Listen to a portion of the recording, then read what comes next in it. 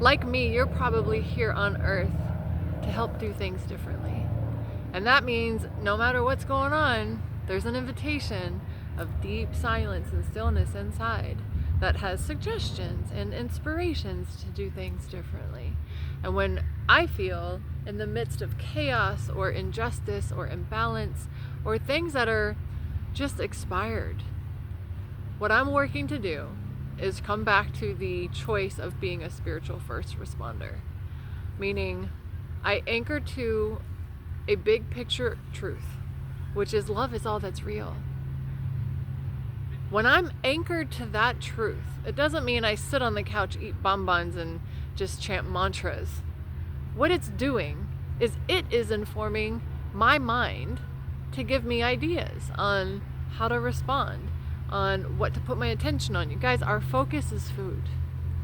And whatever you're putting your focus on, you're feeding to get more of what you're focused on, but also it's feeding you back. We got to get really clean about our energy. I've been focusing on my orbit lately, where I'm putting everything on trial. Is this a nourishing experience? Is this relationship nourishing? Is this activity? Is this habit? Is this food? Is this drink? Everything is up for review.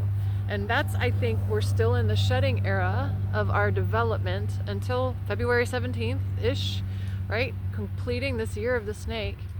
So pausing before we respond, especially if your response is an outdated one, and just say, is this the highest way I can respond? There are ideas, you guys. Every time a challenge arrives, the solution is right there with it. It's just in a different frequency. And we're not going to access it when we stay in the frequency of the problem. This is something Einstein pointed out a long time ago. So I invite you to tune into what it would be like to be a spiritual first responder. Think of an EMT.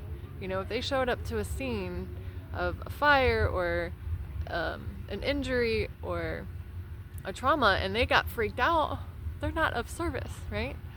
So it's coming back to the handrail, like when you're on a bus, and anchoring to that. That way you have a rooted, clear perspective of how to respond. I know for a fact, energetically, a really beautiful way to find the solutions is to come together in community, you guys. It is not just a luxury to have nourishing relationships, it's a necessity. So finding other like souls to sit together, to feel together, to explore together, but all the while, each of you holding that rail, that trust, that love is all that's real. And I think we're not going to see one person on a pedestal who's going to dictate all of the solutions to get us into a new way. It's going to be the collective. You know, and Buddha literally means enlightened one. And Thich Nhat Hanh, bless his heart, he passed away a couple years ago, very powerful Buddhist monk. His quote that really resonates with me is that the Buddha of the future is Sangha. Sangha means community. So the wisdom keepers, the enlightenment of the future is community. So coming together with other like hearts to feel, and in that space, as long as all of us are willing to stay committed to that higher truth, that love is all that's real, let that inform our ideas, let that inform what our next steps are. Because I also have another understanding, which is the drama in the world is meant to be a distraction.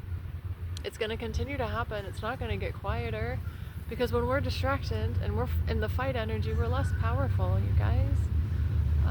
Love is the most powerful force on earth. And the dark can only take their game so far because they're not fueled by love. So I like to remember that. And again, it's not an invitation to just sit back and pick our noses and, you know, Om Shanti, right? There is action that we're being invited to take. But let it be informed by that baseline trust that love is all that's real. And that love is the most powerful force on earth. Coming together in community, letting yourself feel all the feels. Reach out to me if this is something that you're calling in for yourself. Yeah, there's an invitation and I'm here for